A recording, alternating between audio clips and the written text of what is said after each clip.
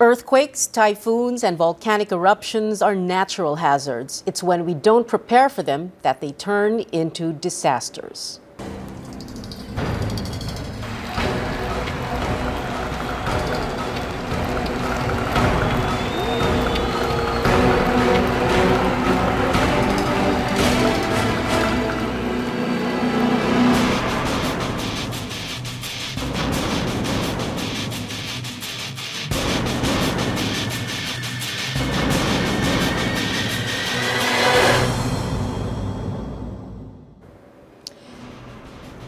Good evening, this is News.PH, but it's not politics as usual. I'm Pia Ontiveros. In 2004, the Japan International Cooperation Agency, or JICA, funded a study that showed a magnitude 6.5 earthquake that would be generated by the West Valley Fault would cause 35,000 deaths here in Metro Manila. In October last year, the Australian government funded an updated study that looked at the damage and destruction that a 7.2 magnitude quake would bring upon the metropolis. This four-part report we are about to show you, we wrote, produced, and aired in October last year.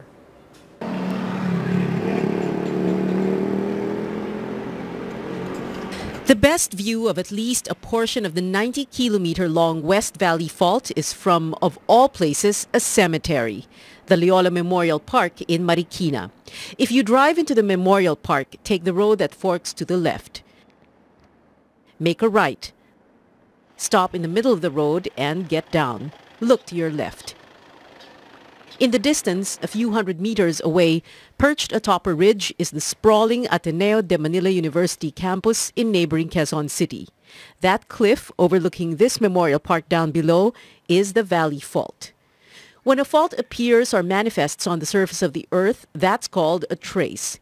FIVOLC says the Valley Fault has 3 known traces, but the most obvious one is this one that you're looking at. You can see the buildings that house the Jesuits' Loyola House of Studies and Loyola School of Theology.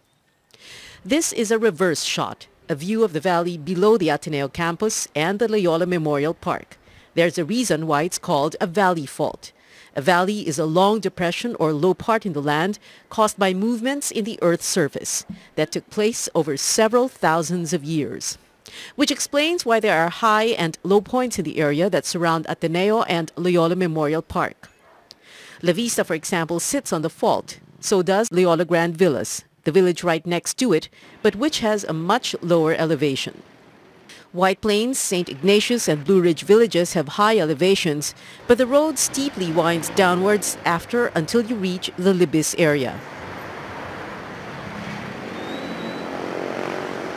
Katipunan Road in front of Ateneo has been bustling with commercial activity, but some of it has been frowned upon and has attracted much criticism. Tall buildings that now stand on what everyone knows is an earthquake fault. A fault that moves every 400 or so years, last moved in the mid-1600s and is due to move any time. In 2004, a Japan-funded study predicted that an earthquake with the intensity of 6.5 on the Richter scale could cause 35,000 deaths. In October last year, FIVOLC released an updated study that was sponsored this time by the Australian government.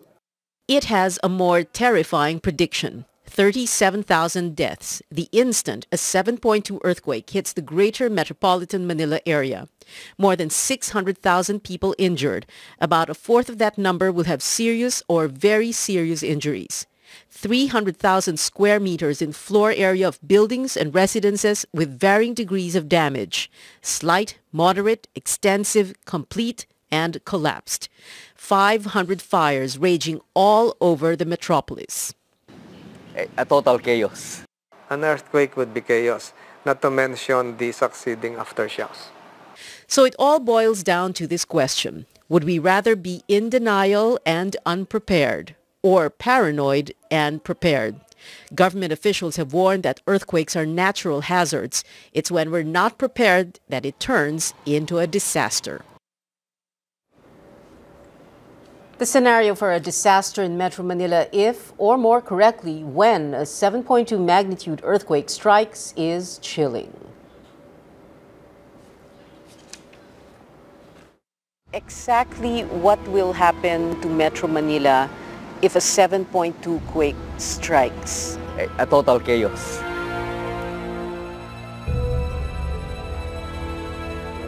So if it's nighttime,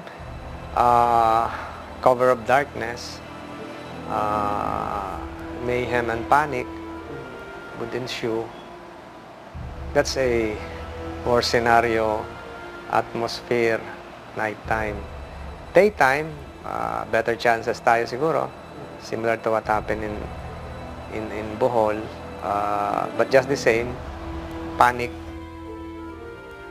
There have already been 2 warnings made loud and clear. The Japanese government, who funded a study released in 2004 known as the Metro Manila Earthquake Impact Reduction Study, and the Australian government, who bankrolled an updated study released in October last year, both are concerned about the risk of unpreparedness. 37,000 deaths, 600,000 injured.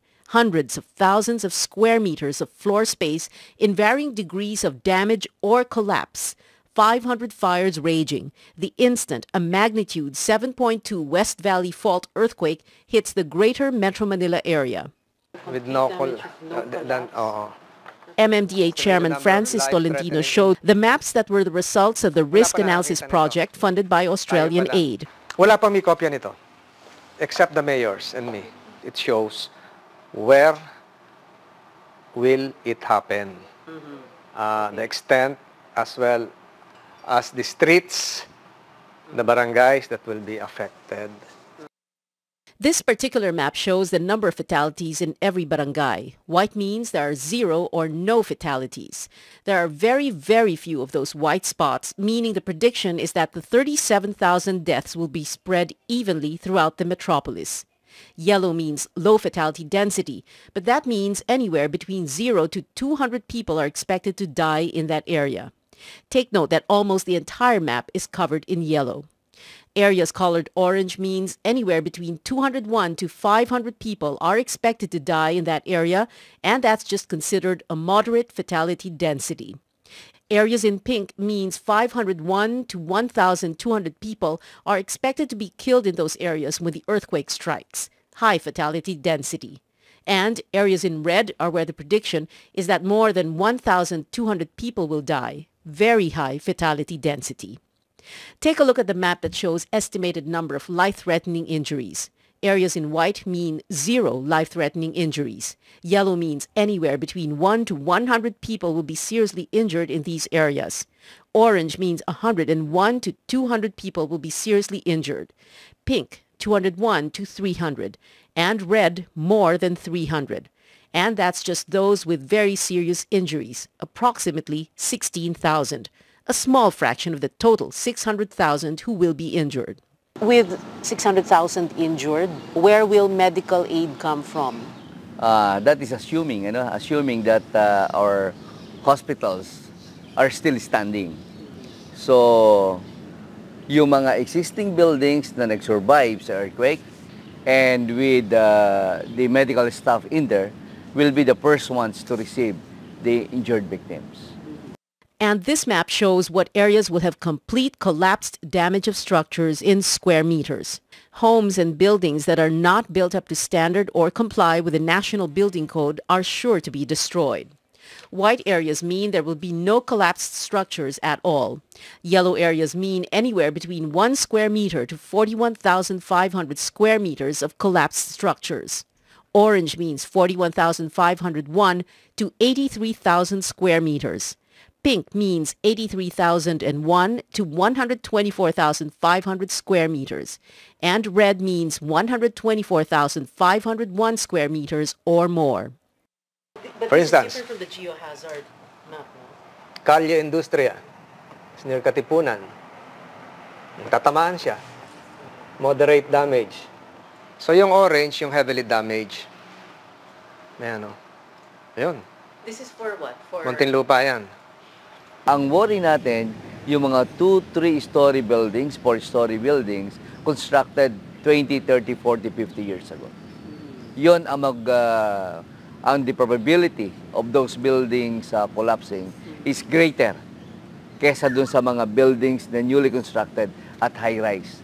Dahil ang construction nila is accordance with the building code, matibay at pinaghandaan itong 7 magnitude earthquake. That's just damage to buildings and homes. Authorities are worried about the 500 fires that will break out all over the metropolis, 80 of them in Pasig City alone. Yung isang sunog nating malaki, hindi natin mapatay halimbawa sa Recto, sa Cubao. Paano yung 500? Di ba? Next to impossible. News.PH will be right back. Stay with us.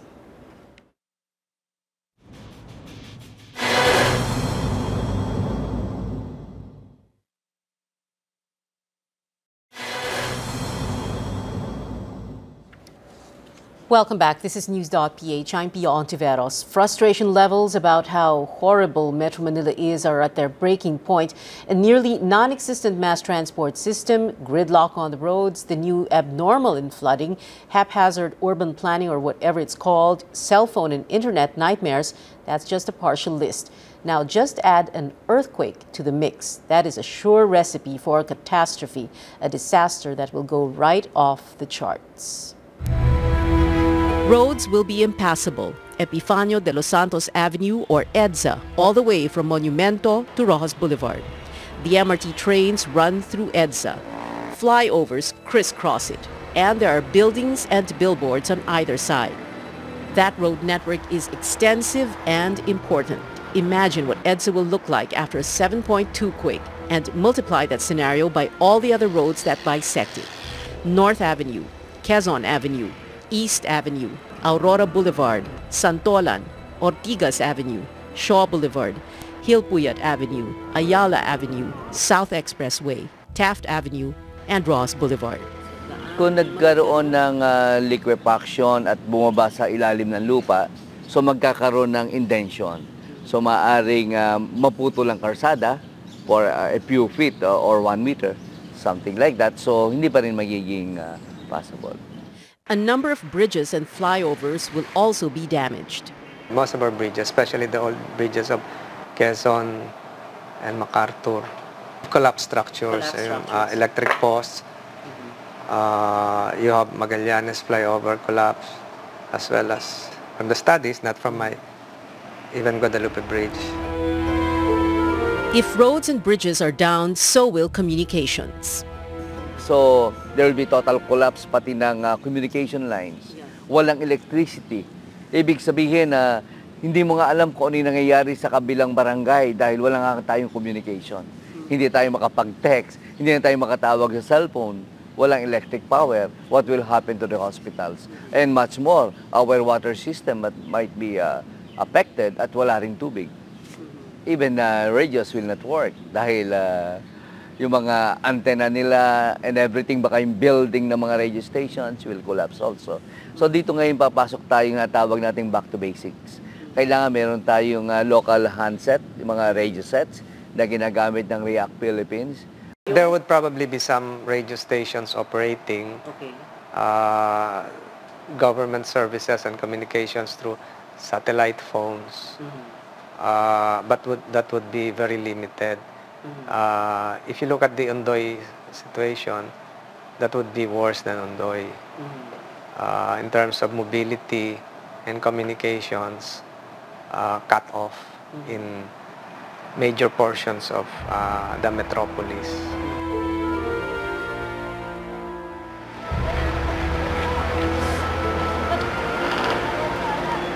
In the immediate aftermath of an earthquake, there is what rescue and relief officials call the golden hour.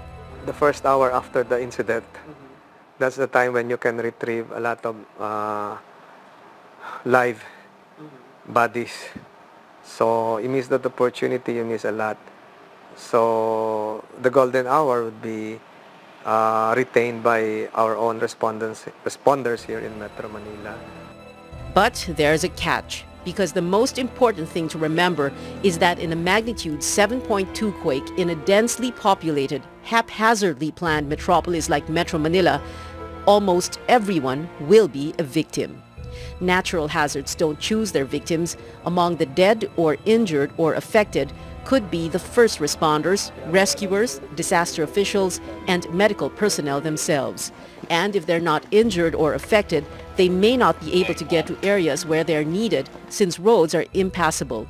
In other words, because it's going to be, as one official puts it, catastrophic, don't expect rescue in the first 24 hours. Kailangan dito, self-help. Pagka ganun ka grabe ang situation, chaotic situation, self-help ang kailangan dito. So, ibig sabihin, may sarili ka ng paghahanda, may sarili ka ng kaalaman kung ano ang dapat mong gawin. Kasi at that time, sa first 24 hours, talagang magulo yan. And perhaps after a day or two, darating na yung mga tulong natin from other provinces. Which is why it's important that homes and offices have emergency supplies ready. Food, water, tents, flashlights, batteries, transistor radios, anything and everything that can last for at least 1 week. And an earthquake disaster drill so that everyone knows how to drop, hold, and cover. And when the shaking stops, to try and find their way out of the building. Which is why Metro Manila will have to rely on outside help, nearby provinces, regional neighbors, or even allies who will not hesitate to respond to a call for humanitarian assistance. We will need outside support. Yes, regional support. We will need regional support. Yes. Because there is no way that any country, can survive alone. We have existing agreements that other countries would help us, ASEAN nations, and even MMDA. We have agreements with Singapore and Jakarta to assist us. Tolentino doesn't relish the role of doomsayer. It's a difficult job to convince people to be ready. Wala pa tayong first-hand experience sa Metro Manila siguro, yung generation ngayon. Hanggat wala kang nararanasan, hindi nila iniintindi. Not knowing when an earthquake will strike doesn't lessen the chances of it happening. So because a magnitude 7.2 quake would be, as one official puts it, catastrophic for Metro Manila, preparedness is key. The Metro Manila Development Authority has a plan for a disaster scenario. It's called Oplan Metro Yakal. The moment a magnitude 7.2 West Valley Fault earthquake hits the greater Metro Manila area, Oplan Metro Yakal will be activated. Ito yung plan. The Metro Manila Development Authority crafted the plan in 2011 based on a 2004 Japan-funded study that said Metro Manila would be devastated in an earthquake. Now there's an updated study funded by the Australian government. It shows where will it happen, the extent as well as the streets, the barangays that will be affected. It's a worst-case catastrophic scenario. 37,000 dead, 600,000 injured, 170,000 residential structures collapsed, 340,000 partially collapsed, government buildings including hospitals seriously damaged, 500 fires raging, 10 to 30-story buildings damaged, newer and taller buildings could be spared. Roads, bridges, communications, water, electricity supply lines cut off. Difficulty in evacuation due to structural density. 2.5 trillion pesos in economic losses. The MMDA's Oplan Metro Yakal will be executed by Task Force Rainbow, to be headed by the chairman but supported by national government agencies.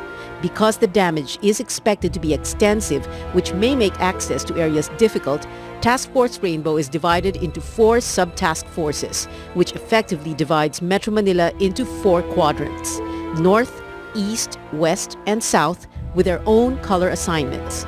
Sub-task force Rainbow North's color is red. North covers Malabon, Caloocan, Valenzuela, and Quezon City.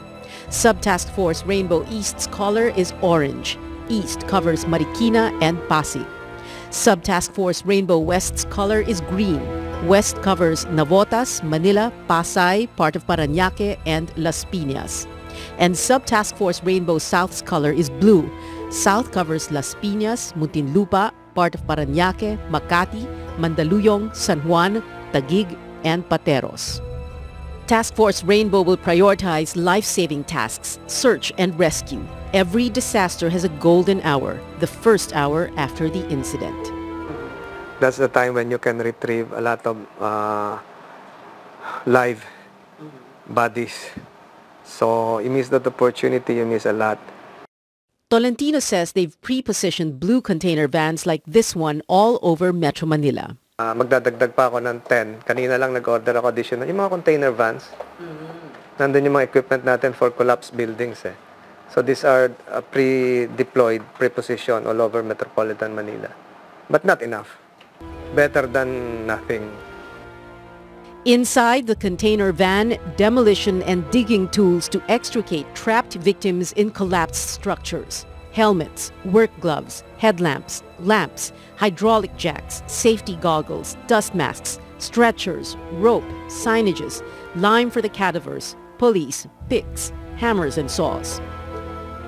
Evacuation to safer ground will prevent any further injuries and save lives. Safer ground means open spaces. Homes and buildings may not be safe to stay in, but people should not be on the streets because the roads are needed for rescue and relief. But Metro Manila has very little of open spaces, a consequence of severe lack in urban planning. Military and police camp headquarters, a few schools, golf courses, parks, athletic fields, sports arenas, memorial parks.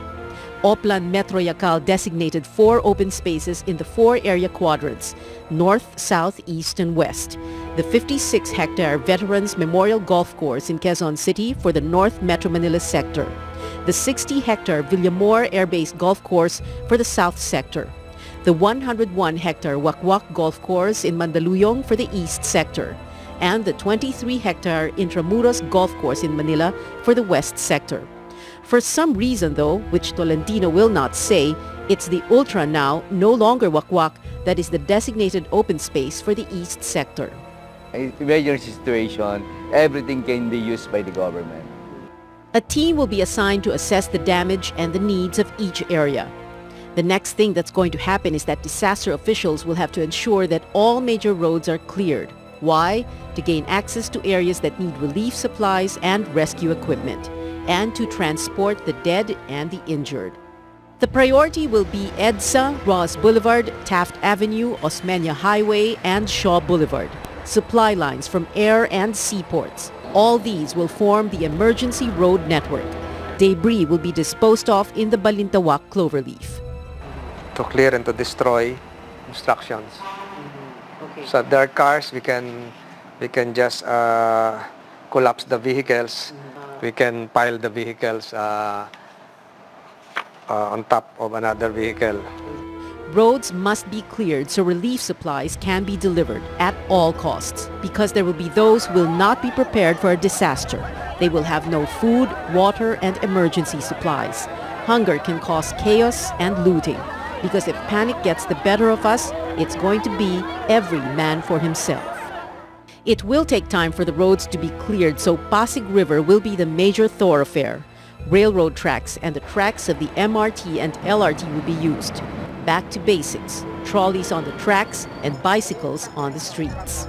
The plan basically calls for the utilization of Pasig River as a major supply route, logistics, and even hospital route, because I foresee we even have pre-marked some areas along Pasig River near Lourdes Hospital as the docking point for some bangkas and watercrafts to deliver patients. The estimated 37,000 who will die when they're retrieved from the debris will be temporarily buried in a reclaimed area near Ross Boulevard. The Macapagal Avenue as the temporary burial site. So you have to line up cadavers along that major thoroughfare. Communications will be back to basics also. Couriers on motorcycles, TV and radio networks working together, and maybe some new technology. And then there is now a new technology. Now, even without cell site in a particular area, in a 2-kilometer radius, pag inilagay mo yung system na yan, all holders of cell phones in the 2-kilometer radius will have a signal and you can communicate in the command center. Do we have that right now here in Metro? Yes, it is quite costly. It's about 4 million yung unit na yan. And some Metro Manila LGUs, nakabili na sila just like Marikina. and now they're now using it. Oplan Metro Yacal will also manage the evacuation areas in the first days after the earthquake. Traffic and crowd management, camp management, meaning maintaining sanitation, order and security, emergency engineering, water and other supplies for the evacuation camps, and relief. Responding to and managing the incident and search and rescue can help save lives, but prevention and risk reduction is the key. Para ma-lessen natin, kasi hindi natin totally pwedeng ma-eliminate yung effects ng earthquake, ang magagawa lang natin ma-mitigate or ma-lessen para mas kokonti ang casualty, mas kokonti ang mga buildings na magko-collapse. In all three phases, I think mindset of people would have to be re-enlightened that something big might happen, and we all have to be prepared.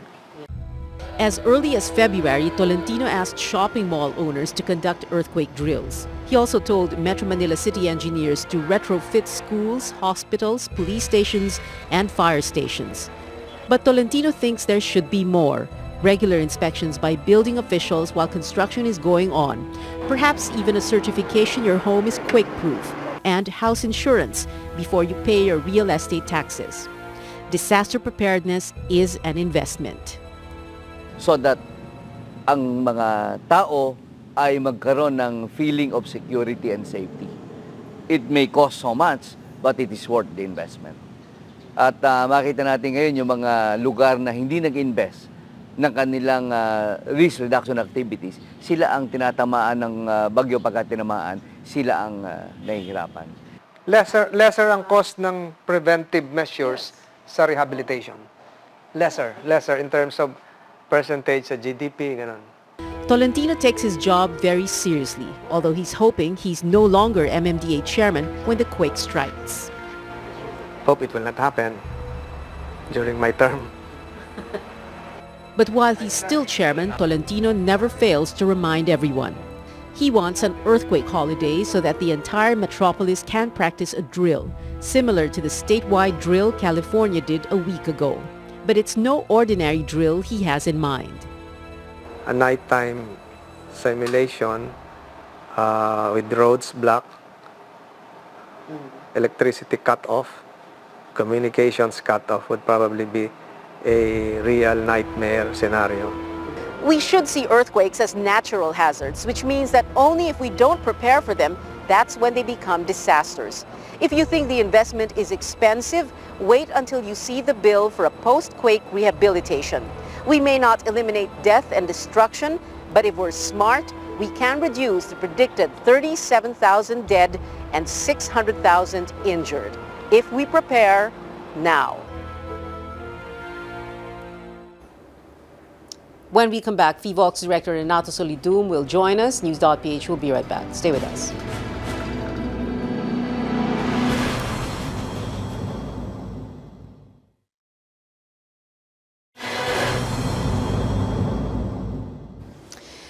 Welcome back to News.PH. I'm Pia Ontiveros. The director of the Philippine Institute of Volcanology and Seismology, or PHIVOLCS, Renato Solidum, now joins us. Good evening, sir. Thank you very much for being here.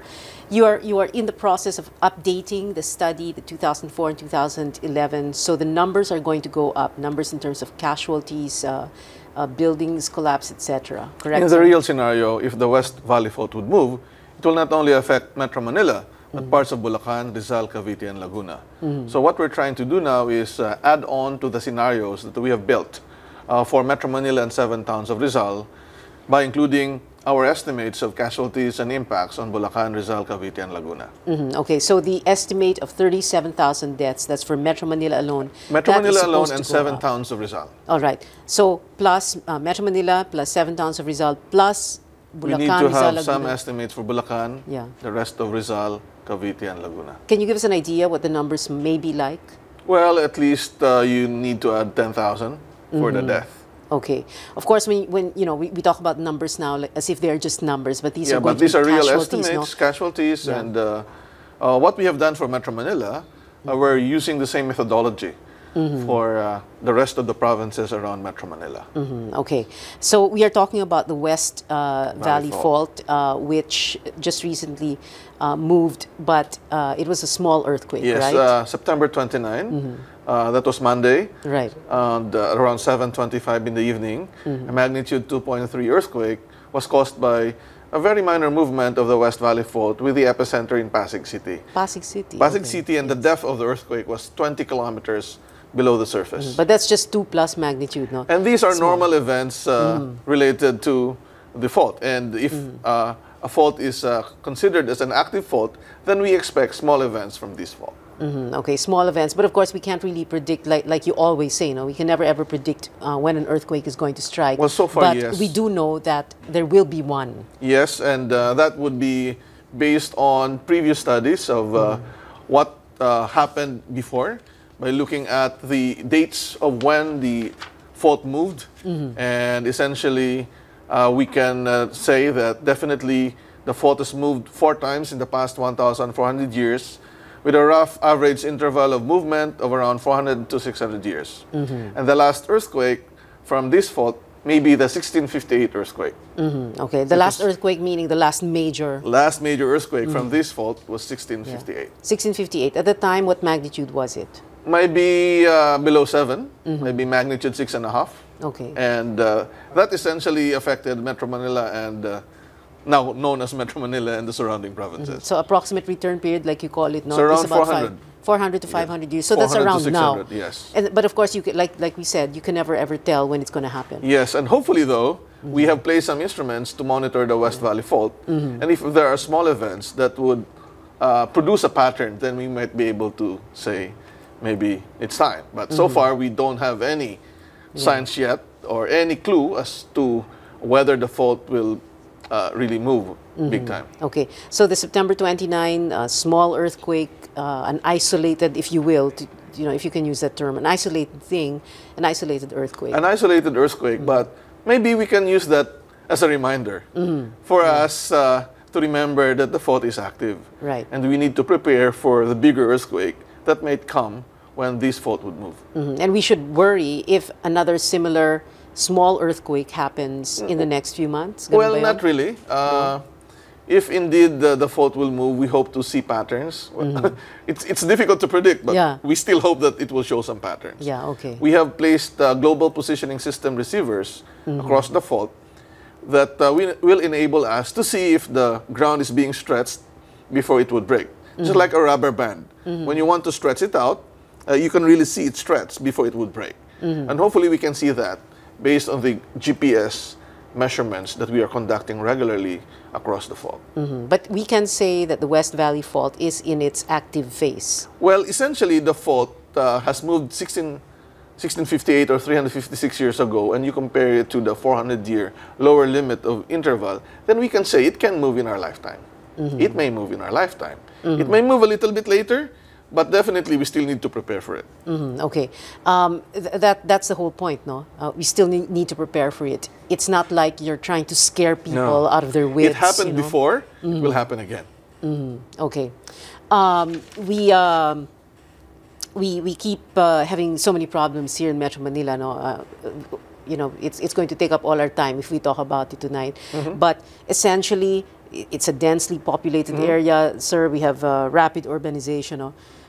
What this means in the context, or if a major earthquake strikes, that's going to be a catastrophe, right? Well, essentially, the number of people exposed during an actual earthquake would mean that potentially, if houses or buildings where they stay in are not really earthquake resistant, then the more people would be exposed, the more people getting killed. Okay, and that is what you found in the study 2004, 2011, and ongoing. Well, the essentially, updated it's a little bit, I think for me, not a surprise, but satisfying that in 2004, when FIVOX, MMDA, and JICA released the Metro Manila Earthquake Impact Reduction Study, the casualty from Metro Manila in terms of death would be around 33,500. In the new study that FIVOX and Geoscience Australia conducted, statistically it was very similar to the 33,500. For Metro Manila only, excluding the 7 towns of Rizal, around 31,000 deaths. So very similar. Maybe it gives us an assurance that indeed we're on the right track by making sure that houses and buildings that are constructed really are up to the possible intensity that the fault can generate when there is a magnitude 7.2 earthquake. Is it correct to say that it is not the earthquake that will kill us, but it's the bad urban planning or well, they say that so many earthquakes do not kill people. Buildings and houses or infrastructure that would collapse would kill people. And in steep slopes, landslides would kill people. That's why I modified a statement that somebody used it for a typhoon. I say, strong earthquake is better than a well-financed political campaign because they always ensure a landslide. So landslides would be a problem in steep slopes like Rizal. And for other scenarios, not from the West Valley Fault, if the Manila Trench would move, then a tsunami can inundate the coastal areas of Manila, then people can also be affected by a tsunami. But definitely, the major casualty will come from buildings and houses that collapse. All right. So the results of your study, you put them in, just to make it very visual. No? You have the maps, no? What you call the preliminary hazard maps, and we have them here. And we wanted to ask you to go through them just to really illustrate what we can expect. So we have this preliminary earthquake-induced landslide hazard map. Yes, Metro essentially, Manila. if the fault which runs through this part, It's all right. would move, and if it's 7.2, it will shake the whole of Metro Manila and surrounding provinces like Bulacan, Rizal, Cavite, and Laguna. These would be the areas where landslides would really concentrate, those in red, and partly along the hills of Quezon City and maybe down to the Pasig area. Okay. Because of the, of course, ito The na yung topography. parang the topography. Yes. All right. And then, I remember when people watched the reports and people see all these maps, tinitingnan nila mabuti, hinahanap nila, asan kayong bahay ko dito? Yes. Natatakot sila eh. Yes. And the maps are useful, and these would be used first to identify which areas will be affected and safe in case of a particular hazard. It's also good for planning purposes so that we are better prepared. Okay. Another map you came up with is, all right, It's the same. this one, the flood.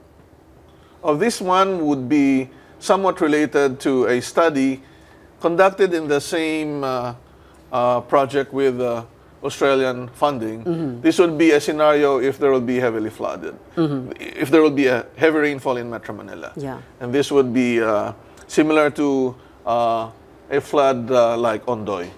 Okay. So the violet colored areas will be the flood prone areas, and that would give us a clue of where sediments are being deposited, sand grains are being deposited, which will now be considered in evaluating an area if it's liquefaction prone or not.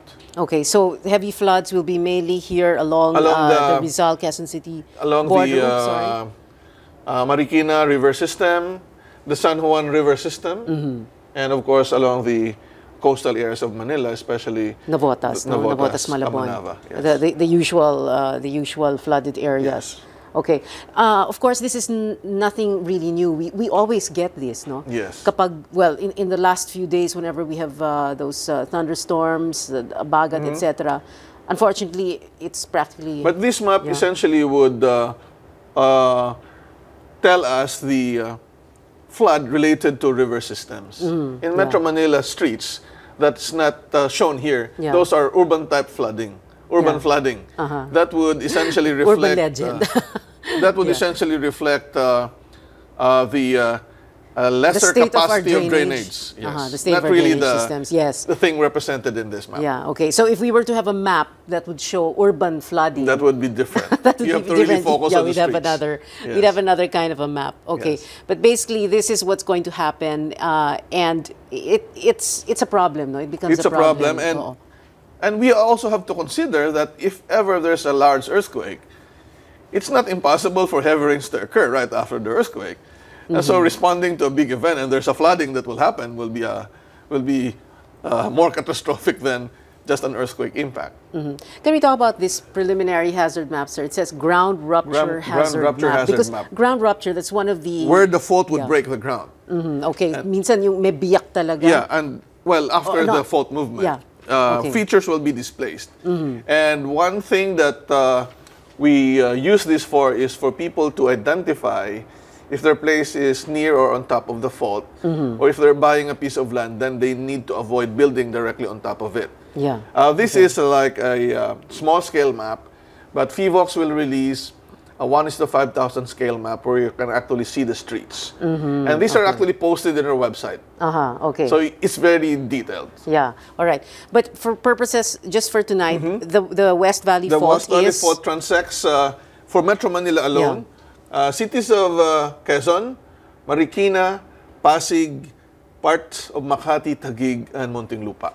This area? Yes, this area. But it would actually run up north towards Bulacan through some towns of Rizal and down south through some towns of Laguna and Cavite. And it will end up somewhere in Calamba, in the mountainous areas of Calamba. And a 7.2 magnitude quake would cause severe damage on roads. There would be many ground ruptures. Many ground ruptures across the fault, but if we compare the hazard related to the ground rupture and ground shaking and liquefaction, those two major hazards, the ground shaking and liquefaction, will cause more damage. Okay, let's go to the next. Oops, sorry about that. There's an earthquake right now in the studio.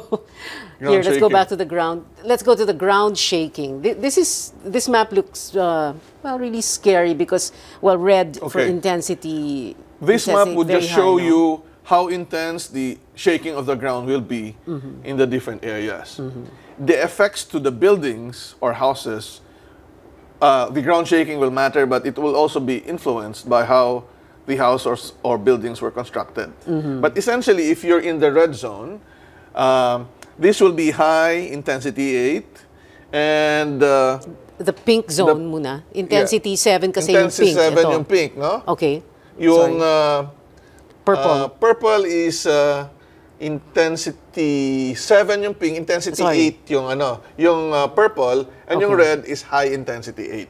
Okay. Now, at either the purple or red zone, when you say intensity 8, during the shaking, because a magnitude 7 will cause shaking for many seconds, you will not be able to stand. That's how you feel the earthquake. Okay. Intensity 8. For some of us, we remember the July 1990 earthquake. I was in Malacanang at that point, so I felt the earthquake. That was intensity 6 only. That was just intensity 6. Because you can still stand. Yeah. But in the real intensity 8 shaking, you cannot stand.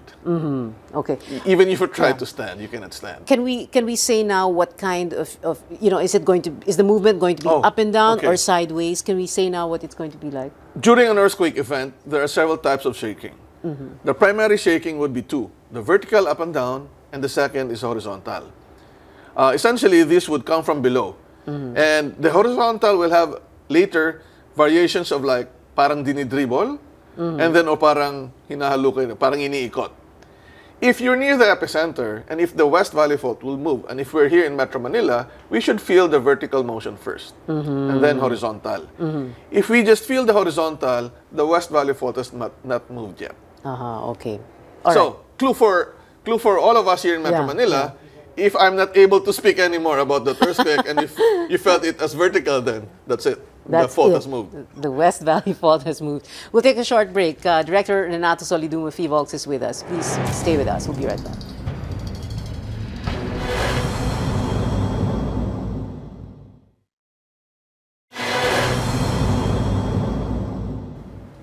Welcome back. This is News.PH. I'm Pia Ontiveros. With me, FIVOX Director Renato Solidum. Director Solidum, very interesting clue that you gave. Just repeat it. If the movement of an earthquake is vertical, the first motion is vertical, and a few seconds later would be horizontal, you're near the epicenter. That is the West Valley Fault. If we're here in Metro Manila. If we are here in Metro Manila. But if we just feel the horizontal motion, the epicenter is a little bit away from Metro Manila. Okay. Like Mindoro or other parts of Luzon. Okay.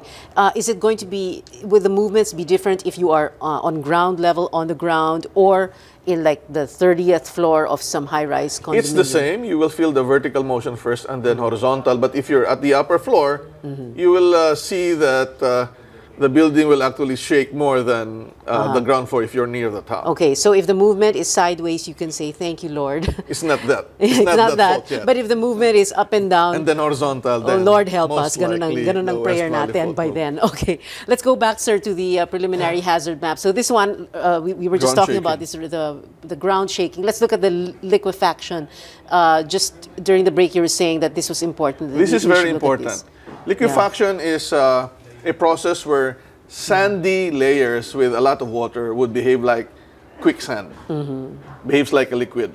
And the red areas there are those with high potential for liquefaction during a magnitude 7.2 earthquake. And essentially, this is where fissuring of the roads can happen during the shaking. That would mean that if the roads are fissured, no one can pass through it after they bulldozed it, after DPWH or the local government has paved the road, then you can pass. It's important for us to really identify major roads and streets that need to be maintained immediately after the earthquake so that rescuers, relief can pass through. Of course, with the roads blocked, nothing can get through, and it's going to worsen things, right? And essentially, these red zones are areas which are usually flooded because the flood waters will bring in the sand grains. Now, those colored in white would be areas that are free from liquefaction. So essentially, the central part of Metro Manila. Okay, so that's for the liquefaction. Let's look at the next map, rain-induced landslides. Oh, this would essentially happen during heavy rains. Now, not really related to earthquake. Okay. But what it would show would be even those areas which are not so steep, but when you soak it in water, then landslides can happen. So there are, in terms of coverage, there are areas that are not prone to earthquake-induced landslide, but can be prone to rain-induced landslide. Okay. So a big part of the eastern side of Metro Manila. Okay, since we're zooming in, of course, sir, the red areas, high landslide susceptibility, purple areas, moderate, and yellow, low landslide susceptibility. Yes. All right, then let's go to the next map. Here. Storm surge. Oh, okay. Of course, this is a term familiar to us after Yolanda and Haiyan. This is again related to strong winds pushing the water towards Manila Bay. And this would show you the areas in Metro Manila and surrounding provinces like Bulacan that can be affected by high waves during the passage of a tropical cyclone. But of course, dapat yung red, ito yung pinakamataas dapat. Ano? Pero wala masyado because we're looking at purple. Ang legend kasi dito, mayroong subdivision yan from 1 to 4 meters. Ang red kasi dito, if it's greater than 4 meters. So this will actually give you the estimated height range of a storm surge. So just looking at it, your first takeaway here is that we're not in any real danger except the shoreline, storm surges, except this one, the usual. Yeah, but this would not really be related to an earthquake. Okay. And the other map, then tsunami? That would be related to an earthquake. This is earthquake. And Kapag West Valley Fault ang gumalaw, this is not related to the West Valley Fault kasi pag nasa lupa yung earthquake, walang tsunami. This would be more or less related to the movement of the Manila Trench offshore of Mindoro and Bataan. And if the magnitude is 8.3, then after more than an hour, the tsunami will enter the political Metro Manila, the western side of Metro Manila, and create either a 3.5 meter wave if the sea level is the normal height. But if it's high tide, you add around 2 meters, it will be 5.5 meters, roughly 2 floors. And this might inundate the areas from the coast 3 kilometers inland. Okay. In this executive summary, sir, of the 2004 study, there's a portion here, section 2.6, where you talk about urban vulnerability against earthquake damage. It's most intriguing because there are certain areas that are identified for example, Navotas Bay area, Manila Northport area for flammability and evacuation difficulty. So we have all these scenarios in mind, depending on different areas, different scenarios. And in the actual report, we have also emphasized the need for relief purposes, the need for one port, either in the South Harbor or North Harbor, to be earthquake resistant. Because these are all liquefaction prone. If you can see, this is the South Harbor and North Harbor, this portion. And if indeed this would be liquefaction prone, then the piers might also be affected. We have to make sure that at least one pier will be earthquake resistant so that ships can still dock. So right after now, the are they earthquake. earthquake resistant? Well, they have to check. If, They I have to don't check. know. Who has to check? DPWH? Or the Philippine Ports Authority, Philippine Ports which is Authority. under DOTC. Okay, so they should check kung earthquake resistant Ang ang isa ports lang, natin. kahit sa South Harbor. Kahit isa lang. Well, preferably yung dalawa. Pero siguro dapat i-decongest na muna nila. Well, that's a different problem. But at least one pier is earthquake resistant. Okay, so that's for the tsunami hazard map. There are many other points that are brought up here in the study, sir. You did all this with by using different methods. You used LiDAR also. No, correct? No, not LiDAR. Not LiDAR. LiDAR was used in the new study for flood. We tried to use LiDAR for fault identification, but it's not very good. We still prefer the actual aerial photo coverage, which is a better way of interpreting the presence of an active fault. But LiDARs are used for modeling for flood and also for tsunami. Okay. Again, sir, earlier I was asking, if we, when we talk about this, people say, are you trying to scare people? Are you trying to create panic, etc.? Is that is that the reaction that you get sometimes when you talk? I just about came this? from a talk among life insurers, and before the talk, one person told me that he was really afraid. Now, after I finished presenting the scenario and what needs to be done, he said he feels more comfortable because fear starts from not knowing anything, the fear of uncertainty. So really, we have to imagine what can happen. We need to apply our imagination. We need to have a disaster imagination mindset. But not only trying to scare ourselves by imagining what can happen, but more importantly, the solution to the problem. If we are able to handle that, then we feel that we can resist the large impact of a strong earthquake. We can be alive after a major earthquake. Yeah. Some people would say disaster mitigation is expensive. It's such a huge investment. But is it worth it? Is it going to be worth it? It's really worth it. But our lives are at stake. If we have a flimsy house, well, who's to blame? Not government, but ourselves. Because we know the type of materials used, the design, and the construction method. And so everyone must really be serious about it. And nothing will really matter if we just look at this information as information that would scare people. Then I think that's not the right attitude. We want to preserve life. More so, we want to preserve Metro Manila. And preserving Metro Manila might take a lot of effort, but we need to start now, or we should have started long ago. Long ago. We should have started yesterday. Yes. Thank you very much for joining us. FIVOL's Director Renato Solidum. Thank you, sir. Appreciate it. And thank you for watching. See you next Wednesday. Good night.